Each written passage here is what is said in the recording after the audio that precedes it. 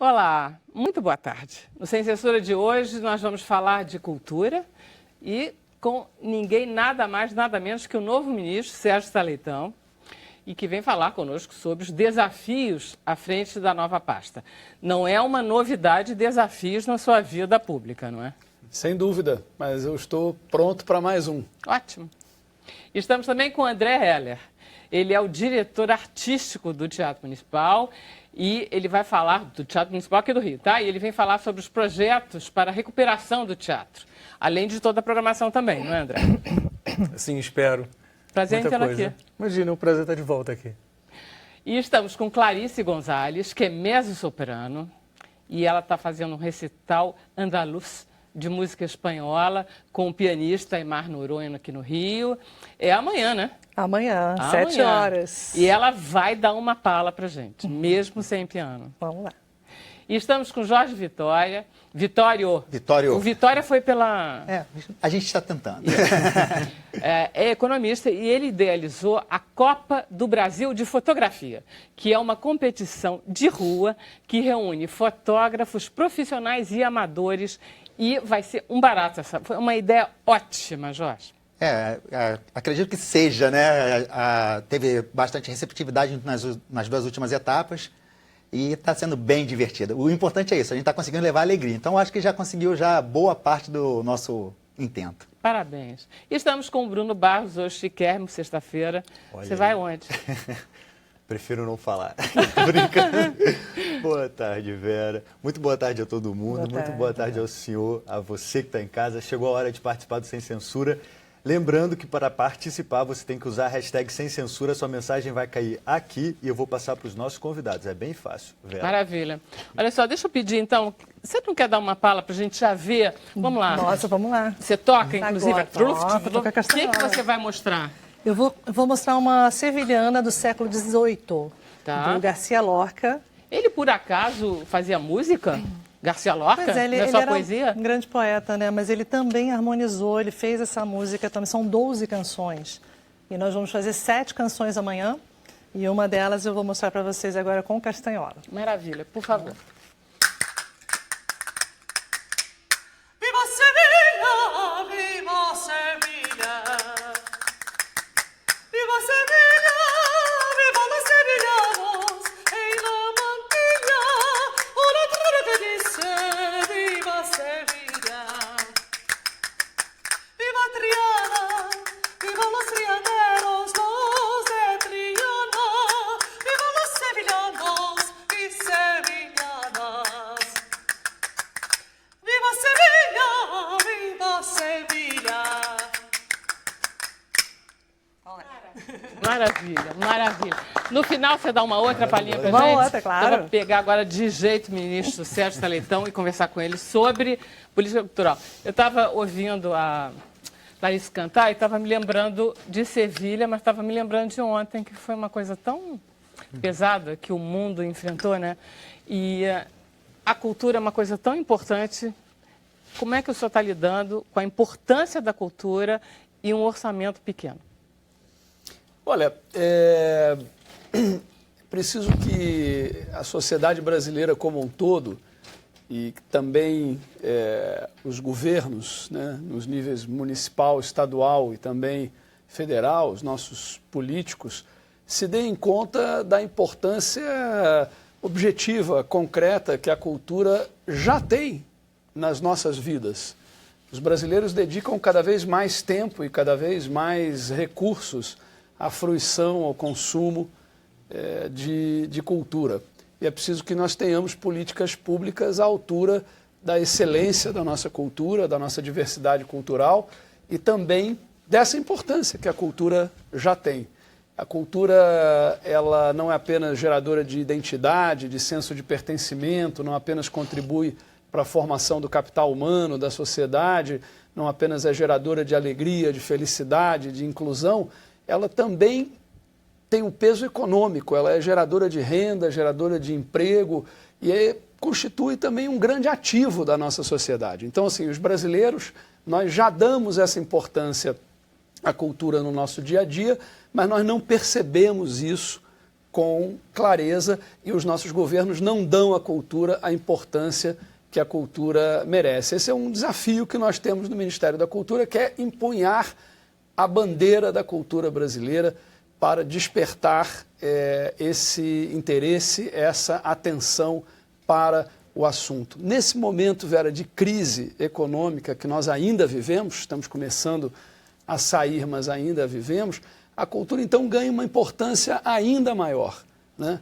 A cultura, ou as atividades culturais, criativas, elas geram emprego e renda, têm, portanto, um impacto sobre o desenvolvimento do país e elas podem ser, essas atividades, um antídoto para a crise que nós vivemos, um antídoto para o baixo astral que, infelizmente, nós ainda temos no Brasil. Então, eu estou empunhando essa bandeira da valorização da cultura junto ao governo federal, junto aos governos estaduais e municipais e ao conjunto da sociedade. Olha só, o senhor tem uma formação de jornalista e tem todo um viés cinematográfico. Ainda bem que a gente tem gente aqui para defender a música e o teatro, mas isso influencia de uma forma ou de outra Não, o fato de jeito nenhum. Eu, enfim, não só na minha vida pessoal, mas como na minha vida profissional, eu conheço e lido com diversas formas de expressão, linguagens, manifestações, várias áreas da cultura e das artes, né? Acabei me especializando em cinema, de um lado, em audiovisual, mas de maneira mais abrangente, e, por outro lado, em gestão e políticas públicas, sobretudo no que diz respeito a esse lado mais econômico, né, da cultura. Mas já na Secretaria Municipal de Cultura aqui do Rio, eu lidei com todas as formas de expressão, e agora no Ministério é óbvio que eu tenho que ser o ministro da cultura brasileira como um todo, e não apenas do audiovisual, ou não apenas daquilo que é mais próximo de mim. E preciso ser também o ministro da cultura de todas as regiões. Isso. E não apenas do Rio de Janeiro, que é a minha cidade natal, né? Isso. E isso muda alguma coisa? Quer dizer, a gente sabe que o orçamento da cultura ele é ínfimo perto das demandas e das necessidades reais, né, de um Brasil muito grande. Existe possibilidade de estabelecer prioridades na sua gestão? Claro. Eu acho que, olha, nós estamos, como eu falei, vivendo ainda uma crise econômica. Nós tivemos nos últimos 2 anos um crescimento negativo de mais de 3% ao ano. Tivemos também um descalabro fiscal nas contas do país. Temos o maior déficit fiscal, déficit público da nossa história. Isso, obviamente, esse quadro impõe restrições a todos nós. Até no nosso dia a dia nós temos que segurar os nossos gastos e valorizar cada centavo que nós temos. E com o governo não é diferente. Então, agora, eu acho que apesar desse quadro, é possível fazer muita coisa. E é a isso que eu e a minha equipe estamos nos dedicando integralmente, trabalhando com afinco, para que nós possamos usar todo o arsenal que o Ministério da Cultura tem para valorizar, impulsionar, promover a cultura brasileira em todas as suas vertentes. É possível fazer isso, mesmo sem recursos ou com poucos recursos. Pois estava falando de prioridades. Fundamental priorizar. Eu estou trabalhando lá basicamente com 5 eixos, né? Em primeiro lugar, eu estou olhando para dentro. Em tempos de crise é absolutamente fundamental isso para a gente cortar despesas desnecessárias, inúteis, evitar desperdícios, exatamente, e priorizar, quer dizer, fazer aquilo que é absolutamente necessário, indispensável e que tenha um alto impacto sobre a cultura brasileira e a sociedade, ou seja, valorizar cada vez mais o dinheiro do contribuinte, que é um recurso exíguo, né? Então, esse é um lado. Outro eixo importante é aproveitar esse tempo para fazer algumas reformas que são indispensáveis no campo da cultura. Então, eu me refiro, por exemplo, a reformar a Lei Rouanet, quer dizer, a Lei Federal de Incentivo à Cultura, que é onde está o recurso de investimento do Ministério. Nós temos aí 1.150 bilhões de reais no âmbito da Lei Federal de Incentivo à Cultura para investir esse ano. Precisamos fazer algumas reformas para agilizar a lei, para desburocratizar, para simplificar, para ampliar o alcance da lei e corrigir ali algumas distorções e problemas de gestão. Nós vamos também fazer uma reforma do modelo de gestão dos nossos equipamentos culturais, sobretudo dos museus. Não dá mais para a gente ter museus 100% estatais e 100% dependentes de recursos orçamentários e de concursos públicos e tudo mais. É preciso a gente avançar para um modelo aí de gestão por organizações sociais, por OCIPs, que a gente ganha um dinamismo e vamos com isso poder prestar um serviço ainda melhor para a população brasileira. Então temos algumas reformas aí no âmbito do Ministério que são urgentes, né? O terceiro eixo é um eixo de entregas. Quer dizer, nós estamos lá, eu já usei essa expressão, catando moedas, quer dizer, buscando recursos onde eles têm, eu já descobri ali, milhões e milhões de reais que estavam esquecidos, saldos de convênios, recursos ainda não utilizados. Por exemplo, no âmbito da Ancine, nós achamos recentemente, eu comecei a olhar ali as planilhas, vendo tudo no detalhe, de cara encontramos 100 milhões de reais que não tinham sido utilizados ainda, e eu anunciei recentemente lá em Fortaleza, então, um reforço de uma das linhas do Fundo Setorial do Audiovisual, que é a Prodave 02, que é voltada para a produção de conteúdo para televisão. Vamos investir 94 milhões de reais em conteúdos feitos nas regiões Norte, Nordeste e Centro-Oeste e 6 milhões na região Sul, né? Também é uma diretriz essa da gente tentar corrigir essas distorções, esses desequilíbrios regionais que a gente tem no Brasil. E como isso a gente está conseguindo encontrar, procurando encontrar recursos, e vamos viabilizar aí uma série de ações, e ações sobretudo em parceria com os governos estaduais e municipais. Então teremos aí uma série de entregas. Temos centros culturais para entregar, temos pontos de cultura para fazer. Há uma série de coisas aí que podem ser feitas com esses recursos. Recentemente também encontramos recursos ali na Funarte. Eu anunciei uma série de ações na Funarte. Vamos reformar a sala Cássia Eller lá em Brasília, a sala Klaus Viana em Brasília também. Vamos lançar um edital de ocupação dos espaços culturais da Funarte agora para o segundo semestre de 2017 e outro para 2018, para que artistas e produtores culturais do Brasil inteiro possam levar os seus espetáculos para esses espaços culturais da Funarte, que são ótimos e que estão no Rio, em Belo Horizonte, em São Paulo e em Brasília. Então se trata de ampliar o acesso para que a gente possa ter uma programação intensa, diversificada. A Biblioteca Nacional também está em obra. Oi? A Biblioteca Nacional. Então, temos uma série de obras em andamento. São essas entregas que você está falando. Exatamente. Biblioteca Nacional, Palácio Gustavo Capanema. No âmbito do IFAM, nós temos aí dezenas de entregas para fazer. Tudo que é necessário é a gente fazer uma força-tarefa para olhar os contratos, para destravar os processos. Né? A gente vê ali prestações de contas que ainda não foram feitas e disso depende que uma próxima etapa seja realizada. Então, assim, com muito afinco, com muito cuidado, dá para a gente fazer muita coisa. Esse é o terceiro eixo. Quarto eixo nós vamos nos dedicar a preparar um plano de diretrizes e metas da cultura, visando aí os próximos 10 anos, que é um legado que a gente pretende deixar para o próximo governo, a partir de 2019.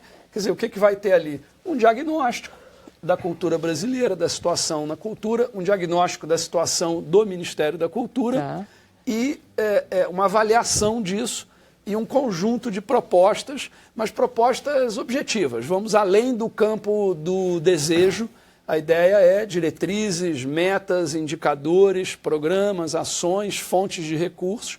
Pretendemos deixar isso como legado para os próximos governos. Finalmente, o quinto eixo é um eixo que eu acho importantíssimo, já falei aqui, sobretudo nesse momento, que é esse eixo de valorizar a relação entre cultura e economia.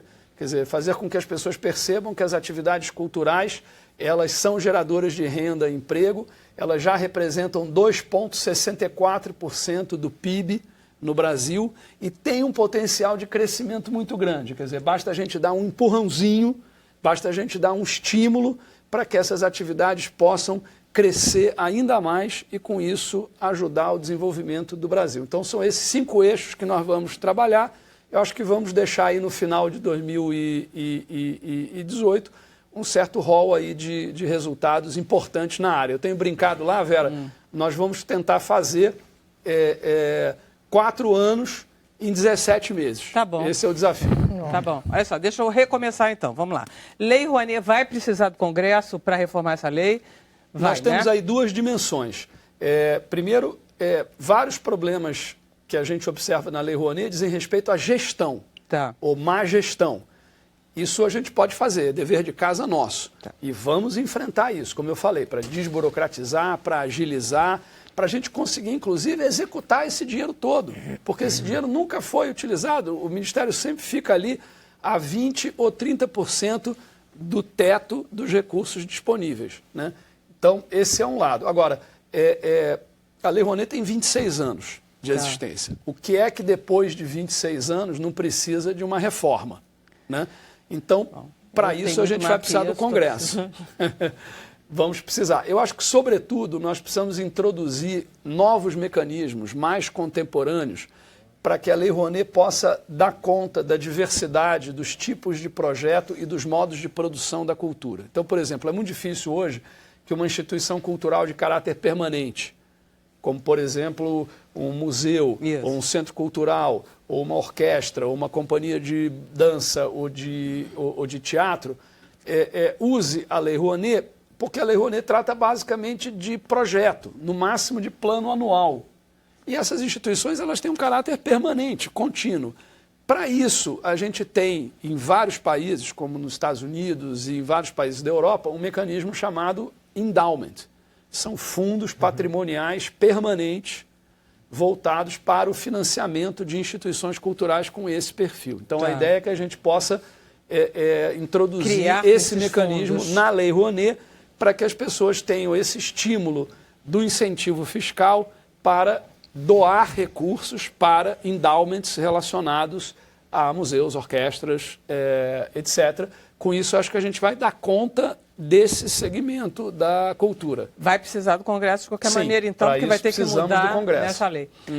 O senhor tocou um assunto tão delicado, eu não vou tocar nele, porque orquestra é uma coisa que toca no nosso coração, a gente chora cada vez que Sem ouve dúvida. falar. Então, deixa eu pedir, tanto para o André quanto para a Clarice, fazerem perguntas para o ministro, porque vocês são muito profissionais no ramo de vocês e cada um é um ramo diferente. Eu vi que a Clarice, por exemplo, ela se apresentou na sala tendo que arcar, ou então, digamos assim, a bilheteria arcando com os custos todos do espetáculo, né? Isso daí é uma coisa que é muito difícil, né? Se a gente não fizer, se não tiver ações pessoais também, Isso. a gente acaba não fazendo muita coisa, né? Então, a crise existe, mas a gente não pode ficar em casa, né? Então, o Miguel Proença, que está atualmente na sala, ele é um querido, ele está tentando realmente também fazer muita coisa ali. Eu falei, eu topo, vamos lá, né? Vamos daqui a um outro tempo, a gente pode fazer uma outra coisa maior, melhor. Ele já me convidou para a gente fazer uma Carmen no ano que vem. Que delícia. E aí já vai ser uma Carmen flamenca que eu criei, né? Misturando aí o balé também. Então, assim, são coisas que eu acho que a gente tem que se dar as mãos, né? Num momento desse. Inclusive, eu vou estar arrecadando também mantimentos, né? Para levar para os meus colegas, amigos lá do Teatro Municipal, que o André sabe bem, né? Que também estamos com problemas lá. E é uma maneira de ajudar, quer dizer, é uma maneira da gente se unir nesse momento, né? Para o ministro, eu queria entender melhor, assim, nós até estamos com um projeto que vamos entrar agora na Lei Rouanet, para o ano que vem, né, de uma ópera chamada Sétimo Selo. E nós vamos fazer... Do Bergman, baseado no filme? Exatamente, exatamente. Já caiu na minha cadeira esse caiu? projeto. Já caiu, né, André? Mas aí eu Não acho uma só- coisa curiosa, porque é um projeto para ser financiado por lei Rouanet, por coisa, e, no entanto, vinha com um elenco quase todo sueco, vinha com toda uma... e era uma discussão que eu tive, inclusive, com o compositor, que, por exemplo, para mim não tem sentido que a lei Rouanet não invista em brasileiros acima de tudo. Então, se eu tenho que fazer uma ópera nova, ela tem que servir aos brasileiros, que venham artistas suecos. Mas eu acho isso ótimo. é o projeto da Era o Clarice? projeto. Não, o projeto não é bem esse, não. Talvez eu não tenha tido uma informação exata. É o que eu tenho na minha mesa. São 7 cantores suecos e 7 brasileiros. É exatamente meio a meio. Meio a meio. Né? E toda a equipe seria brasileira, porque é óbvio que não vem uma Não tem equipe, como, claro. produção, né, Orquestra. brasileira. Viria só o diretor, vem o diretor, só cênico que é sueco, fala sueco, vem uma pessoa para traduzir, para explicar como as pessoas vão cantar aquilo. Mas agora, coro, orquestra, balé, Tudo tudo isso é brasileiro. daqui. Né? Inclusive, isso, a gente vai ter um diálogo muito grande com o cinema também, que é óbvio que vão Não, ter pois várias, é. né? Deixa eu fazer um intervalo, Sim. porque eu preciso A gente ir. volta- Acabou ficando maior do que eu esperava e eu tenho que ir para o intervalo. A gente volta já já.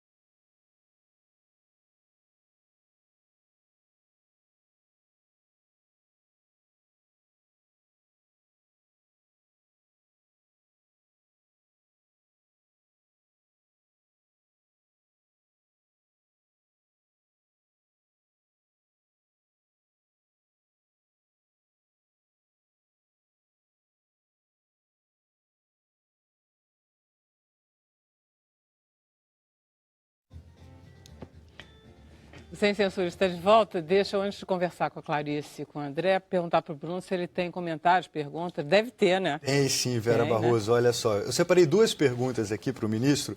A primeira delas é o Leandro Leite. Ele fala, eu gostaria de saber o posicionamento do ministro em relação à Lei Rouanet, que contempla projetos caríssimos com artistas famosos. Projetos esses tão comerciais que só a bilheteria ou venda do produto conseguem mantê-lo. O que o ministro pensa sobre isso? Isso foi o Leandro Leite. Olha, eu acho que há muito preconceito e muita incompreensão no que diz respeito à Lei Rouanet.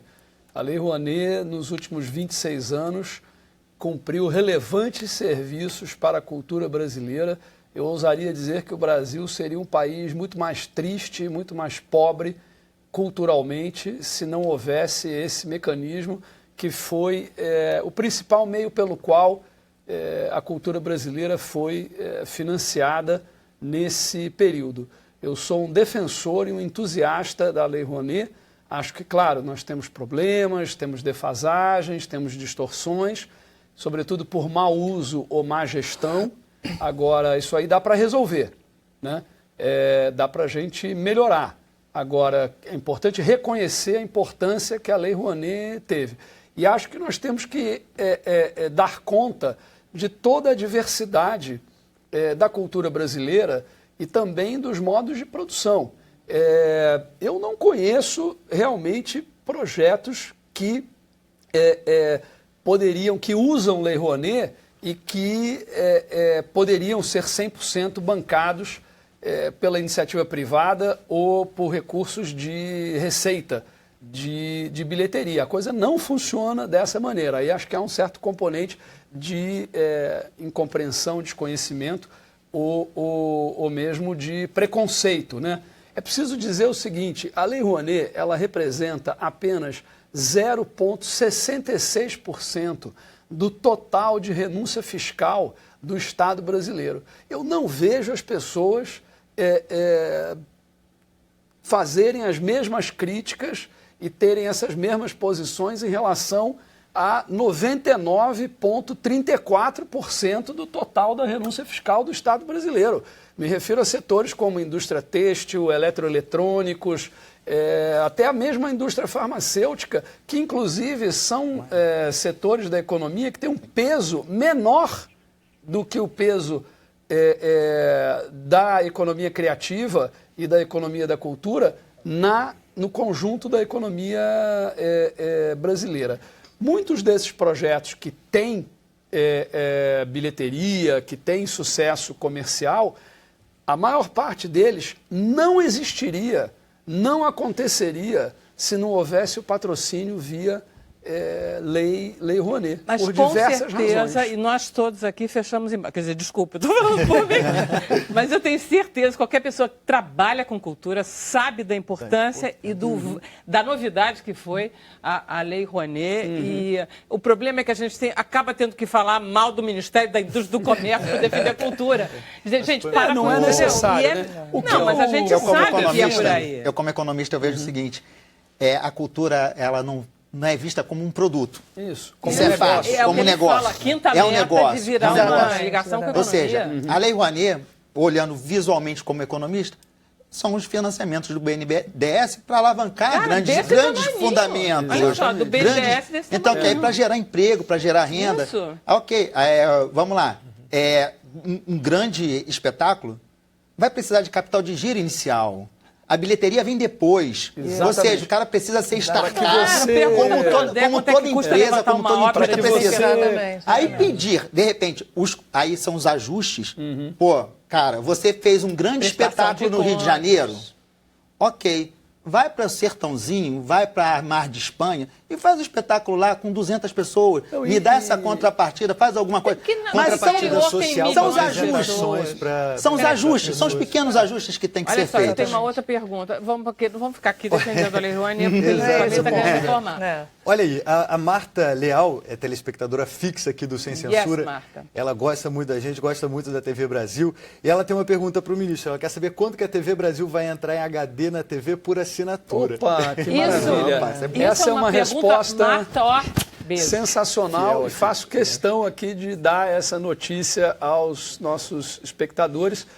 Conversei com o presidente e os diretores da NET, né? E nós já acertamos para que a TV Brasil entre a partir de novembro no pacote de HD da NET e aí as outras operadoras vão seguir esse processo. Portanto, teremos a TV Brasil a partir de novembro na Cara, NET mas e depois nas outras operadoras. Sai assim, né?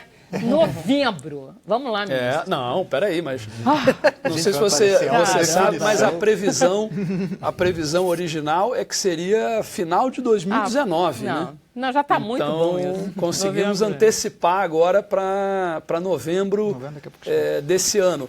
Isso é importantíssimo porque hoje alguma coisa em torno de 80% da audiência na TV paga está no HD, né? Isso, exatamente. Então, quem não está no HD Ontem meu filho me perguntou, é visto quero- por pouca gente. Olha só, meu filho perguntou, quero ver trilha de letras. Qual é o HD de vocês? Eu digo, foi mal. Ih, não tem. A maior parte das pessoas vai só do canal 500 para cima, né? Pois é. E não para baixo. Então, a partir de novembro, né? Isso. Olha, Promessa, exatamente. gente. Isso é boa. Olha só, vamos lá, Clarice, que eu quero pra eu falar com o André qual é o...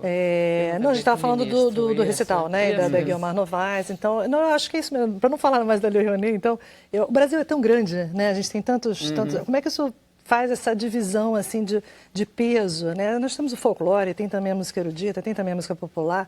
Como é que faz essa... Eu fico curiosa, né? Onde é que vai como é que essa pasta se distribui, Como é que o coração, assim, né? Então, acho que nós temos muito ali grande. uma série de secretarias e de instituições vinculadas e o fundamental é que a gente consiga fazer com que essa estrutura funcione bem, funcione adequadamente, cumpra as suas funções e preste um serviço de qualidade para a cultura brasileira e para a sociedade. Acho que com isso nós conseguimos cobrir muita coisa. Temos também a Lei Federal de Incentivo à Cultura, No caso da lei federal, eu acho que a gente tem que estar aberto a tudo. Né? As coisas se complementam, não é necessário que a gente privilegie uma ou outra. Acho que no final das contas nós precisamos garantir essa pluralidade para que todos os tipos de projetos de todas as regiões possam ser contemplados, dos mais comerciais aos menos comerciais, daqueles que acontecem em capitais aos que não acontecem, daqueles que têm receita de bilheteria e, portanto, têm um viés maior de geração de renda e emprego, aqueles que não têm receita, mas que são fundamentais porque mantêm têm a relevância cultural, mantêm as nossas tradições, enfim. Nós precisamos lidar... a questão da cultura, o desafio da cultura é o desafio da pluralidade, da diversidade, e acho que para isso nós precisamos estar abertos, né? Sem preconceitos, e também lidar com informações, com dados, né? Com base na realidade. Essa é a ideia, ou pelo menos essa é a nossa ambição. O mundo hoje está um pouquinho menos preconceituoso e um pouquinho mais atento, que não tem menos picuinha, eu acho. André, vamos lá, participe, pergunte ao ministro. Eu me sinto muito consonante com o que o Sérgio diz, com o ministro Sérgio diz. Eu gosto muito do discurso, eu acho que na verdade, que a minha pergunta é como é que eu posso ajudar? Porque eu acho que a gente precisa, enquanto artistas, também poder dizer assim, olha, como é que a gente pode ajudar isso? Como é que a gente pode participar desse diálogo? Qual é o nosso papel como cidadão, qual é o nosso papel? Né? Situações perfeitas não existem, leis perfeitas não existem. O mundo dos sonhos é tudo muito bonito. Quando eu imagino uma montagem, tudo funciona muito bem no meu imaginário perfeito. Mas na hora que a coisa se torna realidade, ela muda. Então eu acho que assim, como é que eu posso ajudar? Né? No campo da ópera, a gente sofre um grande preconceito de se achar que é uma coisa de elite, quando na verdade é uma arte absolutamente popular e que deseja ser cada vez mais popular. Né? Todo o discurso, quando o André Lazzaroni me convidou para assumir o teatro, é de tentar fazer com que o teatro seja mais acessível, seja mais aberto. É uma luta antiga minha por mais cantores brasileiros, pela excelência desses cantores. Né? Eu acho que no campo da ópera o que a gente mais sente falta é poder circular mais os espetáculos. Num país tão grande, você faz às vezes uma Carmen aqui, outra Carmen em Florianópolis, outra Carmen... Isso é um absurdo, que um espetáculo às vezes tão bonito que tem no Teatro Municipal não possa ir para um Teatro Nacional de Brasília, ou que um espetáculo lindo de Minas não possa vir para o Rio. A gente precisa poder circular isso. Acho que a grande questão é aumentar a quantidade, a oferta, né? Acho que a minha pergunta é como é que nós podemos ajudar? Estamos às ordens aqui. Eu acho o discurso perfeito e vamos lá, queria poder ajudar. Maravilha, André. Eu acho que, bom, em primeiro lugar, você como artista e como cidadão, isso é extensivo a todos os artistas e todos os cidadãos, o Ministério da Cultura está aberto a sugestões, a propostas, a contribuições e, obviamente, a críticas também. Nós não temos a pretensão de que sabemos tudo, que somos senhores da razão, nem nada disso.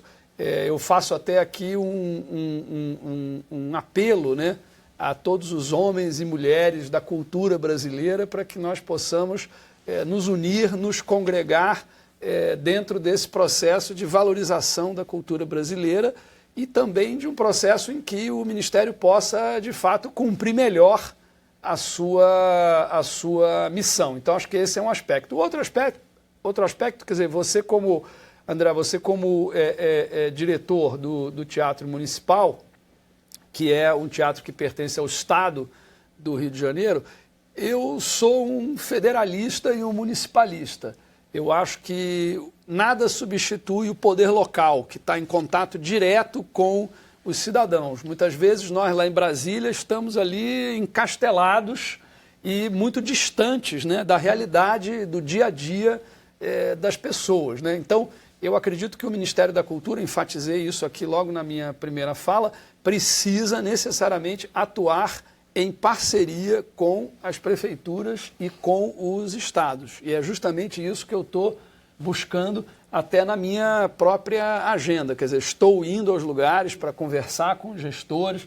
Já estive aqui no Rio de Janeiro 2 vezes com o nosso secretário André Lazzaroni, com a secretária Municipal de Cultura Nilcemar Nogueira, enfim, buscando maneiras de atuar em conjunto para que a gente possa produzir mais e melhores resultados para a cultura e para a sociedade. Precisamos atuar não mais o Ministério diretamente, mas o Ministério por meio ou através de parcerias com os estados e municípios. Todos os estados e municípios. Jorge, quer fazer uma pergunta para o ministro? Bom, na realidade é praticamente uma sugestão, né? A gente está... Eu não vou falar que eu caí na cultura de paraquedas, porque a cultura sempre está na nossa volta por qualquer profissão que você esteja fazendo, né? Eu sou economista, aí estou começando a fazer esse projeto da Copa do Brasil de Fotografia e estou entrando nesse meio com mais profundidade. Percebo que as pessoas, o empresariado, de uma forma geral, ele não consegue captar aqui, por exemplo, no mundo inteiro é o que a gente fala da economia de vivência, o consumo de vivência, que é turismo, cultura, principalmente, são as duas grandes vertentes. Então, a gente percebe que não tem absolutamente nenhum profissional atualmente que consiga visualizar o potencial desse mercado. São realmente muito poucos. Quando eu também vejo, estou, como falando, estou com muitas pessoas de cultura, fotografia, eu vejo que falta a profissionalização do back-office. Do quê? Do back-office, do administrativo, da gestão do recurso, da consciência, do grau de investimento. A gente percebe dificuldades nessa coisa que é tão natural na vida empresarial. Mas quando a gente vai falar de cultura, atualmente, eu não consigo perceber, tá? Como eu estou falando, eu não caí de paraquedas, eu estou tratando desse evento desde... O projeto começou em novembro e startou em março. Mas é um sentimento de quem chegou agora e, de repente, está com a visão sem a nuvem, sem estar viciada. Então, uma sugestão é não preparar só a cultura pela cultura. Eu acho que a gente precisa preparar a cultura nos outros aspectos que são importantes. É o que ele falou, gestão, a famosa quinta meta de vincular a cultura isso, com a economia, não é isso? Formação, capacitação, sobretudo para a gestão no nosso campo. Agora, isso também não é algo que é só próprio da cultura. Quer dizer, eu acho que isso aí vale para todos os campos que são relativamente novos em termos de serem vistos enquanto atividades econômicas e não apenas em relação àquilo que tradicionalmente fazem, né, ou exercem. Então, nós precisamos dar atenção a isso. Nesse quinto eixo, nós estamos aí preparando uma série de atividades, né? Já conversei com o presidente do SEBRAE, Guilherme Afife Domingos, vamos iniciar um programa no país inteiro justamente voltado para isso, quer dizer, formação e capacitação de gestores, de executivos em cultura, sobretudo em micro e pequenas empresas. Estou conversando com o IBGE para que nós possamos fazer finalmente a tal da conta satélite de cultura, ou seja, para que o IBGE passe a mensurar os dados econômicos e sociais da cultura com frequência, para que a gente possa ter séries históricas, porque isso vai ser fundamental, inclusive, para trazer investimentos, para mostrar o appeal, né, o apelo do setor para investidores. Estamos agora fechando um acordo com a Fundação Getúlio Vargas para a elaboração da metodologia e a mensuração contínua de 3 indicadores, inclusive isso vai ficar também para a área do turismo e para a área do esporte, que são indicadores que eu batizei de retorno sobre investimento em cultura, retorno sobre investimento em turismo e retorno sobre investimento em esporte, para que todos os eventos, ações, projetos dessas áreas sejam avaliados em função do seu retorno econômico, tanto para os seus empreendedores, né, quanto para o Estado, na forma de impostos, para a sociedade em geral. Então, acho que isso aí é uma coisa que fica, né, para que os empreendedores passem a usar isso para tornar os seus projetos, as suas ações mais interessantes, mais atraentes para investidores, patrocinadores, etc. Deixa eu então dar a palavra para o Jorge para ele explicar rapidamente esse funcionamento dessa Copa de fotografia. Qual é a ideia básica? Põe todo mundo na rua, todo mundo se inscreve. Nós copiamos exatamente das provas de rua, tá? É da emoção. A ideia a pessoa o consumo de vivência, a pessoa produzir a cultura, ela produz a arte, ela vai lá, ela recebe um tema, todo mundo junto, dá aquela adrenalina, em 2 horas resolve, faz a foto e retorna com a foto. Ou seja, você se inscreve, pode se inscrever até a última hora? Até a inscrição vai ser amanhã, até meio-dia, na Foto Imagem Rio, na Rua Buenos Aires, 175, 401. Presencial, Jorge? Não pode ser por e-mail, não pode ser por Não, internet? que o e-mail foi até hoje. Ah, entendi. Pela internet até agora. Tá que a bom. gente chegou, já tá Aí se inscreveu. Isso. Aí chega lá, que dia que é? No dia 20. Ok. E a data não foi escolhida à toa, nem o local. Qualquer máquina, posso usar Qualquer máquina, digital, celular, tem prova para celular. Tá, uma Rolleiflex. Rolleiflex a gente não vai conseguir ver. Não vai dar. Não vai dar para imprimir. Tá? Então, para qualquer pessoa para fotografar, a gente separou em bastantes categorias para ter bastantes premiados, tem até o troféu para as categorias. Tá aqui o troféu, muito lindo. Camiseta e medalha, igualzinho prova de rua, camiseta e medalha para todo mundo. É uma grande diversão. É uma diversão gerando arte, é o conceito moderno, né? A própria pessoa gera, consome, brinca, se diverte. É um eixo só, então essa integração. Tem umas fotos, eu acho que são de outro evento? Da etapa de Juiz de Fora, que foi um sucesso, foi no Parque da Lajinha. Ah, maravilha. Nós já tivemos 2 etapas, de Petrópolis e Juiz de Fora. Ah, tá, e essa de amanhã pode rodar, Emília? E a de amanhã é a última etapa? Não, a gente ainda vai ter Caçapava. Ah, legal, São Paulo. Esse aí foi o segundo colocado, ele nem esperava. Qual era, lindas, hein? Qual era o tema? O tema era Natureza em Detalhes. Ah, tá. Então, adianta pra gente qual é o tema, pra gente já ficar sabendo? Não, a surpresa da brincadeira tá aí, é deixar a pessoa com adrenalina. Isso é uma pessoa de 23 anos, nova. Olha que beleza. Essa aí foi a voto vencedora, da categoria top, da Master. Muito lindo. E esse foi da categoria de ensaio, que é a que coloca modelo. É o primeiro concurso que tem premiação. A gente pensou na integração, que cultura tem que integrar todos os profissionais. É o primeiro concurso que premia o maquiador. Na categoria de ensaio é um time. Então ganha o prêmio a melhor foto ganha o prêmio, o troféu. O fotógrafo, a modelo e o maquiador. Ou seja, profissionais que são importantes para a fotografia que normalmente não só ganha o fotógrafo, né? Só aparece o bonitão lá, não. Agora é todo mundo. Agora a gente tem que dar visibilidade para todo mundo. Maravilha, maravilha. Deixa eu então ir para o intervalo. A gente vai voltar conversando aí um pouquinho com os nossos convidados. Eu ainda vou pedir a isso para cantar. Sem Censura, volta já.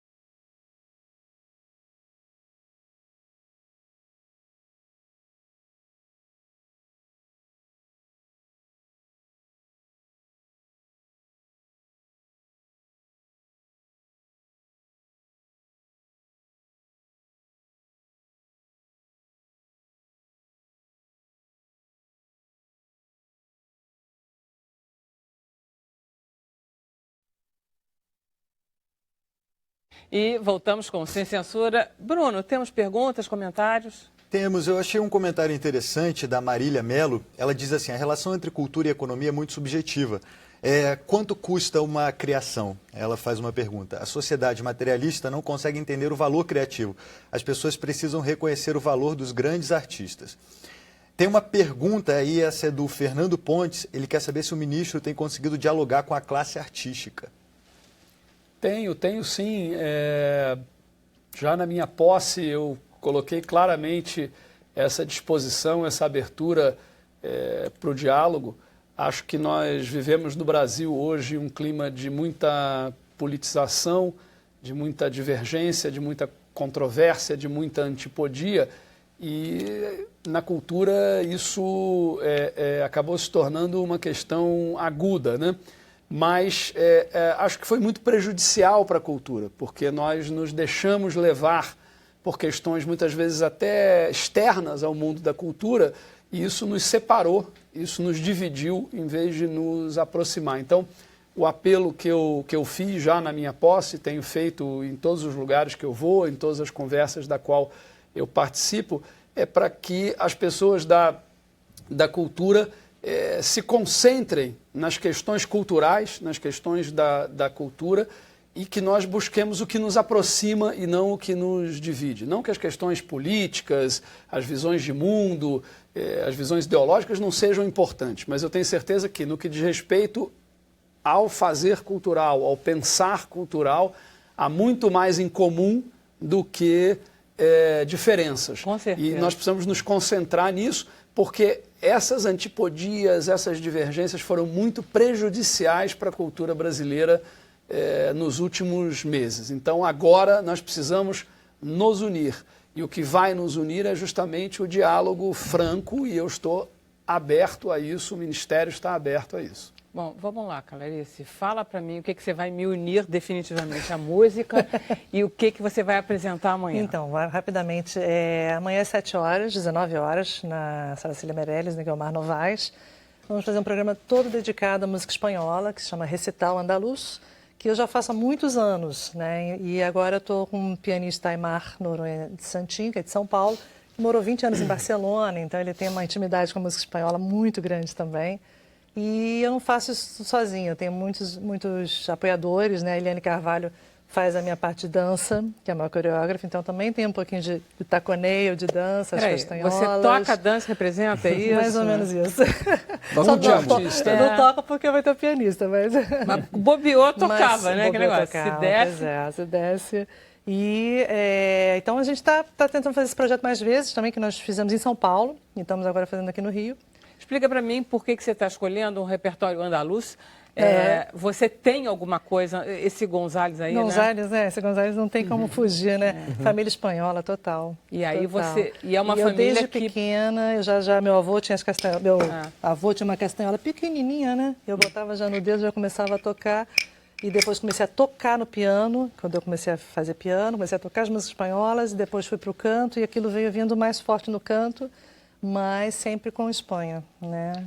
E você fez flamenco também de dança? Faço flamenco de dança. Você também. faz flamenco de dança? Faço flamenco de dança. O que você gosta mais? Dessas artes todas? Não, da dança, do canto, do piano. O que eu gosto é, assim, eu estou feliz se eu estou no palco fazendo uma interpretação. Tá. Então, se junta isso tudo, maravilha.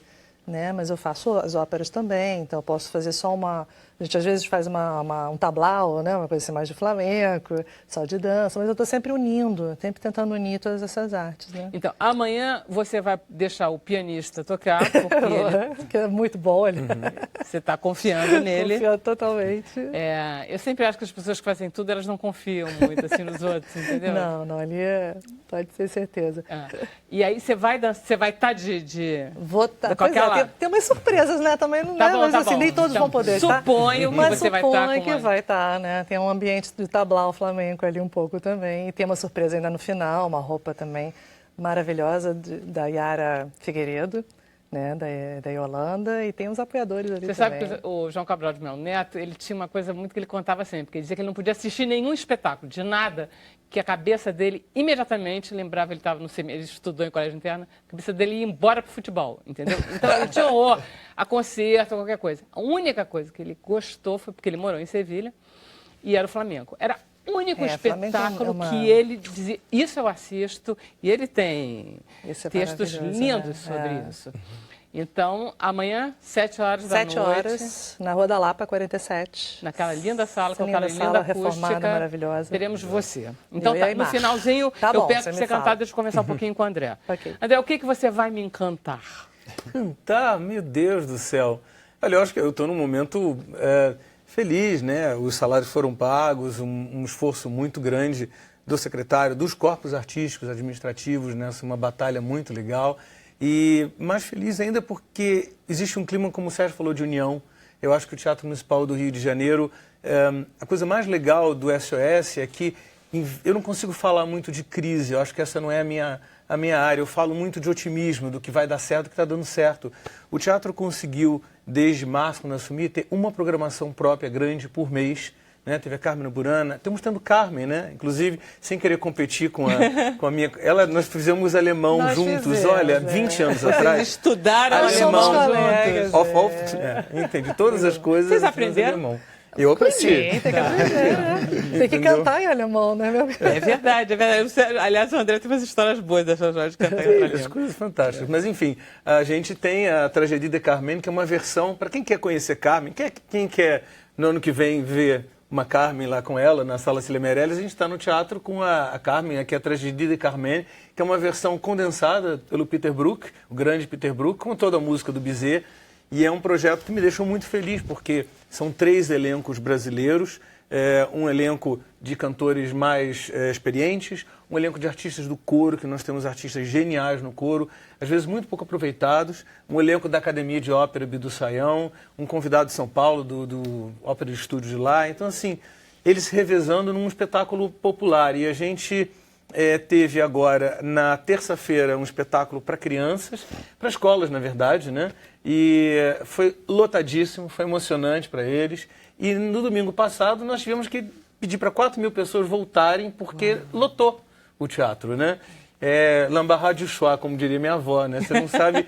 É muito bom isso estar acontecendo, né? É um momento eu acho, de muita otimismo. Nós temos no sábado, no domingo, uma grande cantora que fez muito sucesso aqui nos anos 80, Aprília Milo, que vai estar lá no teatro Aprília também. Milo. É uma coisa especial. E André Schiff, quer dizer, o teatro funciona...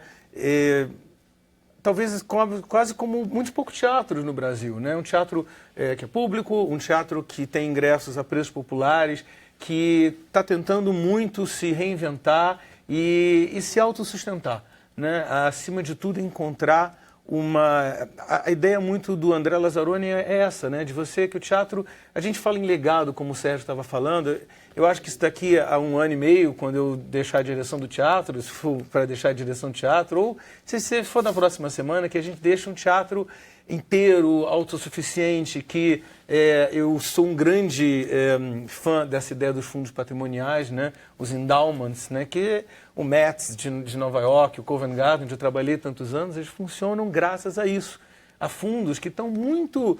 que não são para uma pessoa. O teatro, eu estou diretor do teatro, não sou diretor. Os teatros públicos pertencem aos seus corpos artísticos, administrativos, técnicos, né? Pertencem ao público da cidade, né? E eles são teatros brasileiros para brasileiros. Eu acho isso muito importante, né? A gente tem uma coisa histórica, desde o século XIX, de uma cultura de o que vem de fora é muito bom. E, na verdade, a gente nunca para observar as grandes cantoras que nós temos. Nossa. Eliane Coelho, Celine Ambert, você O que Paulo fez Schott, a Carmen. imagina. O Paulo Paulo, Schott. que está hoje Tá também hoje na na sala. Exatamente. Né? Tem gente maravilhosa, Leonardo Neiva. Eu queria que dar tá- um elogio específico ao pessoal que trabalha no Teatro Municipal. Eu gravo muito lá, entrevista, um cenário extraordinário. E eu fico muito impressionada com a coragem, a determinação, o amor que esses funcionários demonstraram. Chego a ficar até emocionada. Eles demonstraram para esse teatro. Não, é emocionante. Eles seguraram uma barra muito pesada e muito bonitamente, assim. Sim, e assim, tem um diálogo muito bom. Isso é que é importante. Eu acho que essa coisa de, novamente copiando aí o Sérgio, tá puxando o saco do ministro, fica mal, né? Faça essa isso, coisa faça de isso. não Só porque ficar... nós temos uma Ajuda. grande Isso não identidade atrapalha. de pontos de muito tempo. vista e visões de mundo. É porque, assim, essa coisa de não ficar encastelado, né? Então, assim, minha sala está sempre aberta, venham. Eu queria fazer uma ópera X agora em setembro, aí conversamos, olha, vai ser melhor, pera, vamos fazer. Existem tantas opções né? Tantas coisas interessantes para fazer, para serem apresentadas, né? Nós temos agora um patrocínio da Petrobras e da Eletrobras, quer dizer, uma confiança no Tá teatro. voltando, né? Né? O Nelson Freire foi super querido no concerto que ele fez de Vila Lobos, e ele falou, quero fazer no que vem um festival Nelson Freire aqui, 7 concertos de piano. Pode falar. Não sei nem como é que eu vou fazer isso, são 7 concertos em um mês, vai me enlouquecer, mas vai ser uma coisa Mas vai ótima. dar certo. Vai dar fazer. certo, e o Olha teatro só, está eu queria pleno só, vapor. não, a gente vai acabar com um toque de humor, que tem uma história que eu adoro, é do cantor português cantando a Fada Madrinha. Ai, meu Deus do céu. Aí não fica nem bem, você é censurado aqui. Não pode dizer, mas vocês podem imaginar que o A vira O? sotaque virou, e a Fada Madrinha virou uma outra coisa. Foi uma coisa fantástica isso. Não, meus anos em Lisboa, no Teatro São Carlos. Ai, meu Deus do céu, Muito querido bom. Teatro São Carlos. Ele é cheio dessas histórias deliciosas. Mas enfim, deixa eu acabar então com a música. Deixa eu lá. pedir, Clarice, vamos lá? Vamos. O que vai ser agora? Então, outra do Lorca, né, que a gente Pode ser, pode mostrar. Tem uma que é linda que fala de uma luta aí de um toureiro, né? Então, Café de Tinitas, que é um lugar, né, na Espanha. Peraí, deixa eu só me despedir dos favor. convidados e aí eu dou... Vai ser uma homenagem nossa, né? À Espanha que está tão machucada hoje. Sim, Né? Chega de terrorismo, né? Chega de tanta coisa. Chega de fundamentalismos, em geral. Em geral. geral. Enfim, deixa eu agradecer muito a presença do ministro Sérgio Saleitão. Foi um prazer tê-lo aqui. Foi um prazer estar aqui com você. Enfim, me coloco à disposição para outras oportunidades. Oba! André, tem toda a razão. Pode puxar o saco do ministro. Sim, é assim que a gente faz. Bom trabalho. Seja muito bem-vindo ao Rio de Janeiro. Fique por aqui um tempo. Convido a todos a virem ao Teatro Municipal hoje, amanhã, domingo, ingressos populares, venham, enchem, lotem. Teatro é de vocês, por favor. Maravilha. Jorge, muito obrigado. Parabéns por essa Obrigado. Copa. Você vai trazer o resultado pra gente. Com certeza, com Tá bom? certeza. E espero todo mundo lá no domingo. Ok, então agora a gente vai ouvir Clarice Gonzalez e Frederico Garcia Lorca. Isso é uma coisa de louco. En el café de Chinitas dijo Paquiro a su hermano, soy más valiente que tú, más torero y más gitano. Soy más valiente que tú, más torero y más gitano. Sacó Paquiro el reloj y dijo de esta manera: soy más valiente que tú, más torero y más gitano. Soy más valiente que tú, más torero y más gitano. A gente já nasce com essa voz ou a gente aprende? Ó, então eu vou começar amanhã. Agora Tem que só, fazer a uma música, Parabéns, isso muito vocês dois têm, eu não sei se vocês gostam tanto de música assim, Eu adoro. mas a música é uma companhia. Vocês nunca estão sozinhos, no sentido assim, que dá um certo desalento. Não existe. É a própria vida, né? A Né? música é a própria vida da gente. Aí outro dia aqui, eu estava falando isso, e aí eu não sei quem foi que me disse, que Nietzsche disse, não existe vida sem música. E eu nunca tinha ouvido E essa Manuel frase, eu achei Bandeira. linda. Manuel Bandeira falou que ele conseguiria se expressar melhor na música do que na poesia. Imagina só. Imagina. Bruno, nós estamos agora só no Facebook, então o programa é todo seu, pode comandar. Olha aí, Vera Barroso, Francisco Eduardo, ele dá os sentimentos dele para a comunidade catalã e espanhola no Brasil aí pelo atentado ocorrido em Barcelona. A Teca Silveira, ela está assistindo e ela quer saber se o ministro pode falar um pouco mais sobre economia da cultura e economia criativa. Então, nós estamos falando aí de um conjunto de atividades que tem como matéria-prima a criatividade humana, ou seja, aquilo que as pessoas conseguem pensar, sonhar, imaginar e depois, claro, transformar em produto ou em serviço, né? São atividades que, para as quais os brasileiros têm uma especial vocação, isso tem a ver com a formação da nossa sociedade, com esse encontro maravilhoso dessas três matrizes, né? A matriz africana, a matriz indígena e a matriz europeia. E a esse caldo, né, foram se somando as ondas migratórias, né? Pessoas do mundo inteiro vieram para o Brasil, porque o Brasil sempre foi um país aberto, né, a receber pessoas e valores e modos de ser, de pensar, enfim, e tudo isso gerou aqui no nosso país uma cultura plural, diversa e muito potente. E essa diversidade, essa riqueza da nossa cultura é justamente o que faz com que nós tenhamos essa vocação para as atividades culturais e criativas. Então, elas consistem em ativos do país. O nosso desafio é, na verdade, monetizar esses ativos, ou seja, aproveitá-los do ponto de vista econômico para que a gente gere renda, emprego e desenvolvimento para o nosso país. É só olhar para fora, né, para os Estados Unidos, para o Reino Unido e para outros países, que são países que têm também, né, uma diversidade cultural muito forte, uma identidade cultural muito forte e que já souberam rentabilizar os seus ativos culturais e criativos. Então, nós precisamos olhar aqui para os nossos ativos e pensar em como fazer isso. Como eu disse, essas atividades já têm um peso econômico muito grande, 2,64% do PIB, é mais do que a indústria de eletroeletrônicos, a indústria têxtil, a indústria farmacêutica e outros setores mais tradicionais, que inclusive são objeto de políticas públicas, de incentivos fiscais, etc. Mas nós temos um potencial muito grande, e o potencial não é apenas o de aumento de produtividade e de competitividade, é de expansão mesmo. Por exemplo, só no campo do audiovisual, nós temos aí uma previsão feito por feito por um estudo, né, da PricewaterhouseCoopers. Aliás, esse estudo, na verdade, diz respeito a todo o setor de entretenimento, incluindo o audiovisual. Esse estudo projeta aí até 2021 uma taxa de crescimento anual de 4,6% ao ano. É muito acima... Para essa atividade? Exatamente, para esse conjunto de atividades de entretenimento audiovisual dentro aí desse grupo. Isso aí é muito acima das previsões, né, mais otimistas de crescimento para o conjunto da economia brasileira. Isso que o senhor está falando é muito impressionante, porque, por exemplo, eu fico olhando, você falou de turismo, eu fico olhando o número de turistas, assim, eu fico com uma inveja louca, porque Paris e Nova York são os centros que vivem disso, eles recebem 80 milhões de turistas por ano. Os nossos números no turismo ainda são muito tímidos. É inacreditável um país grande assim.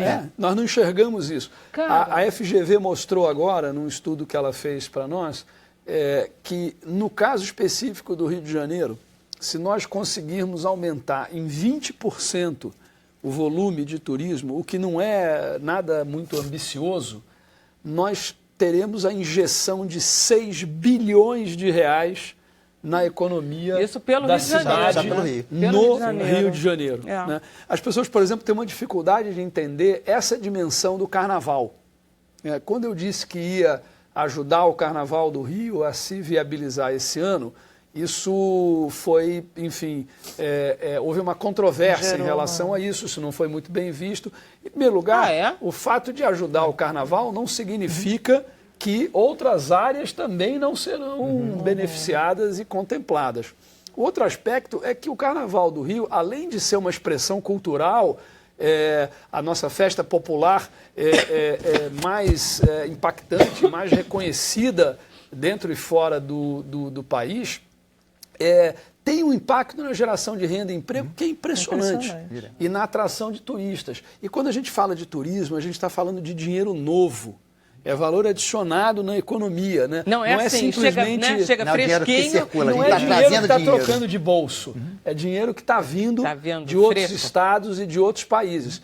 O Carnaval do Rio, em 2016, nós tivemos aqui 1 milhão de turistas que gastaram 2,2 bilhões de reais aqui na cidade. Como eu falei, dinheiro novo. O Carnaval é um típico arranjo produtivo local no âmbito da economia criativa. Como o Carnaval, nós temos N outros. Então, investir no Carnaval é algo que faz todo sentido, seja do ponto de vista cultural, seja do ponto de vista econômico. Além do que não temos Carnaval só no Rio de Janeiro, né? Temos Carnaval no Brasil inteiro. Pois exatamente. Ô Vera, tem uma pergunta para o Jorge, do Júlio, eu achei interessante. Ele fala que ele participou da etapa lá em Juiz de Fora e ele vai estar na etapa da Praça 15. Claro, não perde mais um. E ele fala Tem que ele consciência. percebeu quanto que as pessoas se divertiram e quanto que elas se empenharam em fazer boas fotos. Ele pergunta a novidade, né, qual que vai ser a novidade aqui na Praça 15, mas eu achei interessante isso, se divertir com foto, né? Porque é uma forma de mostrar o seu olhar, né? Tipo, você registra uma coisa e a forma como Não, você todo enxerga. mundo. Quantos competidores em geral são? Bom, em torno de 50. Olha só, ainda por cima, não é nem grande demais. Não, a ideia é, até mesmo por causa de critérios técnicos, a gente vai ter um limite técnico que vai ser em torno de 300 para poder julgar a foto e ser premiada no mesmo dia. Então não vai ser grande, dificilmente vamos ter 2.000, 3.000 pessoas, que é justamente para poder fazer uma coisa com Só qualidade. tem direito a uma foto. Só tem direito Quer a dizer, uma. a pessoa tem que escolher. Tem que escolher. Muito bem. É difícil escolher. É, isso. Né? Difícil escolher. É um momento de tensão. Foi tudo estudado para dar emoção mesmo, tá? Então, a gente reúne as pessoas. Existe já esse modelo. Só que a pessoa recebe o tema separado, vai. Então, a gente faz questão de reunir para dar aquele friozinho na barriga, aquela antes da coxinha ali atrás. Vai entrar e tá todo mundo lá. Então, é essa tensãozinha que a gente gosta de dar. E aí, na hora da entrega da foto, o cara fez centenas de... Porque fotógrafo é meio maluco, né? O dedo vai ficar lá... Hoje com digital, então, que não precisa gastar fio. Então, ele fica... Então, ele com certeza, ele fez mais de uma foto boa. Então, ali, na hora de receber a foto, é um barato que a pessoa ela tá tensa, ela tá jogando aquele momento de adrenalina nela. É incrível, né? Parece uma coisa boba, né, gente? Não é aquela coisa do cara subir uma montanha. Não, é uma foto. Então, ele tá naquele momento de adrenalina. Pô, qual vai ser a foto? E aí pergunta. Aí a gente tem que se manter neutro, né? É até curioso, a gente até quer dar uma opinião, mas não precisa nem Não, mostrar. é uma loucura. Eu, por exemplo, fiz 10 fotos de uma paisagem. E eu não sabia escolher. Eu tive que pedir para uma amiga minha, fotógrafa, para ela escolher qual era a melhor. Mas eu ganhei o prêmio. Ah, legal. Ela escolheu, por isso eu dividi o prêmio com ela. Porque ela escolheu. Curadoria sempre sempre ajuda. Olha, eu já sugiro que o Teatro Municipal seja um tema para vocês uma vez, de segredos do Teatro Municipal. Você vai abrir, você vai ter que abrir as portas. Isso é bom. O Gente, grande vai barato ter do um formato... fantasma lá, André? Fantasmas, só os vivos. O grande barato do formato é que a gente vai ter etapas temáticas. Ou seja, a gente pretende ter uma etapa, além de querer rodar o Brasil, eu quero que a cultura chegue em Manaus, eu quero que chegue no Norte. O conceito é, no ano que vem, ter uma no Norte, Nordeste, Centro-Oeste, andar bem o Brasil. Então, teatros brasileiros, porque tem teatros lindos no Ah, Brasil. eu tenho paixão por esse tema. E aí ter Os circo. teatros no São Brasil. maravilhosos. Zé de Alencar, em Fortaleza. Gente, incrível. não, você. E o Teatro Não, e o Teatro São Amazonas? Pedro. Amazonas Não, é olha querido só. no coração. E o Teatro São Já. Pedro no Sul? Você está entendendo? Não, em Porto Minas. Alegre. Teatro Santa Em Minas Isabel. tem vários também, pequenos. Rende Eu fiz um excelentes levantamento. fotos. Tem Teatro loucura para esse Central, tema. A gente vai fazer uma etapa lá, então. vamos Tá conversar, fechado. vamos conversar, com certeza. Porque o fotógrafo, ele precisa, assim, o hobbyista, né, o profissional, ele quer ser desafiado. Na realidade, todos nós queremos ser desafiados, né? Eu acredito que todos nós. E nos falta aquele momento de encontro e o motivo. Ou seja, cara, abrir as portas para fotografar o Teatro Municipal, não tem um fotógrafo no mundo que não queira fazer. É tipo assim... Não tem como. Não tem como. Eu falo assim, ó, vai ter uma etapa dentro do Teatro Municipal. O tema vai ser avisado na hora. Cara, vai ser um frenesi, vai ser Vamos um jogar desejo. no aniversário do teatro, É um ano que vem, que é desejo. o dia de portas abertas. quando? E Isso é tem um desejo. programação de manhã até de noite. Isso vai ser um desejo. 14 de julho sempre. Então, ó, Ano Júlio, que vem, viu? Acabamos Júlio, de fazer. uma novidade aí, ó. Acabou de surgir. Essa é a Olha novidade aí. mesmo. Acabou de surgir. Tá fechado. Porque é Eu lindo quero- o 14 de julho, né? Porque esse ano a gente fez 8 horas da manhã, já tinha gente, a banda de fuzileiros. No final do dia, o coro, a orquestra, o balé. É uma grande celebração, né? As pessoas entram, fotografam, ficam na fila. E é interessante, eu fiquei fotografando a fila. Né? Eu não vou entrar na competição, mas eu fiquei fotografando a fila, as pessoas, os personagens mesmo. barato, né? É é barato. muito legal. Olha só, eu queria fazer uma correção aqui, porque eu, no calor da coisa, eu roubei a ideia. A ideia não é minha, do Teatro Brasileiro, é um lindo tema. Eu e uma cinegrafista da casa, a Edna Girardi, a ideia é dela, não é minha. Ela propôs esse tema para a gente tratar aqui no Caminhos da Reportagem e a gente tentou batalhar e não consegui. Quer dizer, já me apossei do tema, mas não é não. É da Edna Girardi fazer uma reportagem sobre os teatros brasileiros. Ministro, queremos fazer uma reportagem sobre os teatros brasileiros. Bom, nosso programa chegou ao final. Eu queria, de novo, agradecer ao ministro, a Clarice, ao André, ao Jorge, a vocês que estavam em casa no Facebook. Avisar que segunda-feira nós estamos de volta, às 5 horas da tarde. Foi um enorme prazer estar com vocês. Bom fim de semana.